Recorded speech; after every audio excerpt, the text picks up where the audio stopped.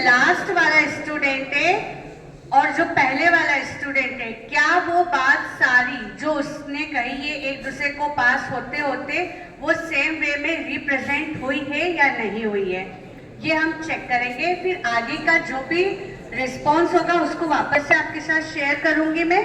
तो स्टार्ट करें हम लोग। चलो ठीक है, आप लोग पहले साइलेंट रहेंगे।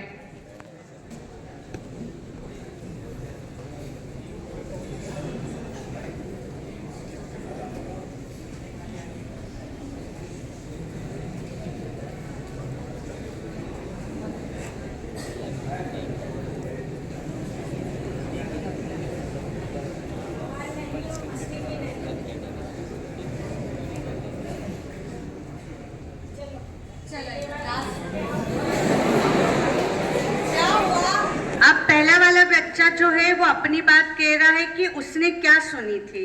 फिर लास्ट वाले से हम पूछेंगे कि उसने क्या सुना।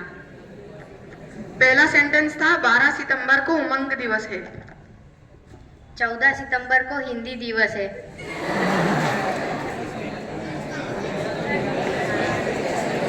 देखो विद्यार्थियों, थोड़ा सा साइलेंट रहो कि सामने वाला व्यक्ति कहता क्या है और हमारी तरफ से उसका प्रस्तुतिकरण क्या होता है। यानी 10 लोगों तक बात पहुंचते पहुंचते 11वें व्यक्ति तक वो बात का स्वरूप ही बदल जाता है। तो ये एक प्रकार का जीवन कौशल है। प्रभावी संवाद, सही संप्रेषण। यदि आप ठीक से सुन नहीं रहे हैं, अपनी बात को सही से प्रस्तुत नहीं कर रहे हैं, तो आप जीवन में कुछ नहीं कर पाएंगे। इसलिए आपके सामने यदि कोई बात रखी जाती है तो आपको हूबहू उस बात को उसी प्रकार से पहुंचाना है। ठीक है, बहुत सारी बात मैम ने इंक्लूड कर दी है, बस एक पॉइंट में इंक्लूड करना चाहती हूँ। जो आपका वे ऑफ टॉकिंग होता है या कम्युनिकेशन होता है, जो प्रेजेंटेशन होता है, अभी जस्ट ही एक एग्जाम्पल है। मैम अभी यहाँ पर बहुत अच्छे से एक्सप्लेन कर रहे थे। ठीक है, ये सब आप ही के काम की चीजें हैं, तो आप आसानी से इसे समझेंगे। जब ये हम एक्टिविटी कर रहे थे, जो बच्चे ने एक दूसरे के बाद बात अपनी पास करी थी और लास्ट वाले ने सुनते सुनते उसका मीनिंग ही चेंज कर दिया। पहले वाले ने कुछ और बोला और लास्ट वाले ने कुछ और बोला। ये होता है कम्युनिकेशन, जिसे हिंदी में संवाद कहते हैं। जो टीचर्स आपको पढ़ा रहे हैं, यहाँ हम बताते हैं वही चीज हम आपको कुछ और बता रहे हैं, आप अपना ध्यान कहीं और रखते हैं। क्योंकि हम जो आपको कम्युनिकेट कर रहे हैं, जो हम चीज बता रहे हैं, वहां तक आते आते लास्ट वाला बच्चा तो पता नहीं अपनी किस दुनिया में खोया रहता है। तो यही हुआ मिसकम्युनिकेशन, क्योंकि यहाँ से तो आपको प्रॉपर वे में कम्युनिकेट किया जा रहा है, सब सही सही बात बताई जा रही है, लेकिन आप जब वो बात सुनते हैं उसका गलत मीनिंग भी निकाल लेते हैं कि क्या है, हमारे काम की चीज नहीं है, लेकिन ये आपके लिए बहुत काम की चीज है। ये एक पार्ट ऑफ एजुकेशन भी है।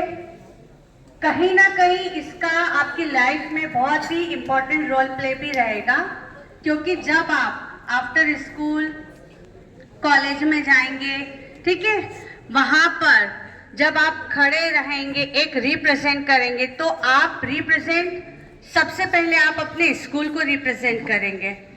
पूछा जाता है कि आप कौन से स्कूल से थे, और एक्सीलेंस स्कूल जैसे ही आपने बोला है, सामने वाले के माइंड में एक इमेज क्रिएट हो जाती है एक्सीलेंस, और वो रास्ता आगे से खराब है लेकिन आपको नहीं पता है, लेकिन किसी ने आपको गाइड कर दिया कि भाई आगे मत जाना, रास्ता खराब है ना, मोड़ खराब है या कुछ गड्ढा हो रहा है, तुम गिर जाओगे।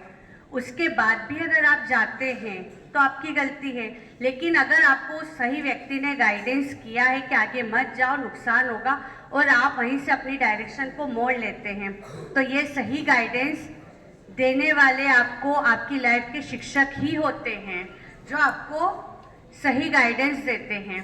टीचर कभी आपको ये नहीं बोलेगा कि हाँ बेटा जाओ और वहाँ गड्ढा है गिर जाओगे। टीचर आपको सही राय बताएगा। तो आज का जो टॉपिक था ये पूरा का पूरा आपके चरित्र को लेकर आपके जीवन में सार उतारने वाला है।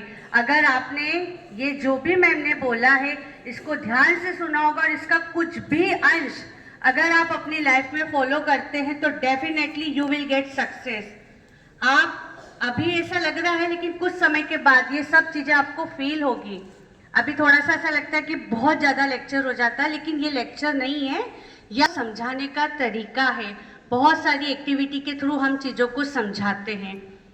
अभी मैम ने जो भी चीज़ें बताई थी उससे रिलेटेड कुछ 2-3 चीज़ें और है जो मैं आपको बता रही हूँ, फिर उसके बाद हम क्वेश्चन करेंगे। देखते हैं जैसा यहाँ बच्चों ने प्रेजेंट किया है और आप तक क्या पहुँचा है। यह संवाद का ही एक पार्ट है, आप लोगों ने कितना सुना है क्वेश्चनिंग के थ्रू हमें भी पता चलेगा। ठीक है, एक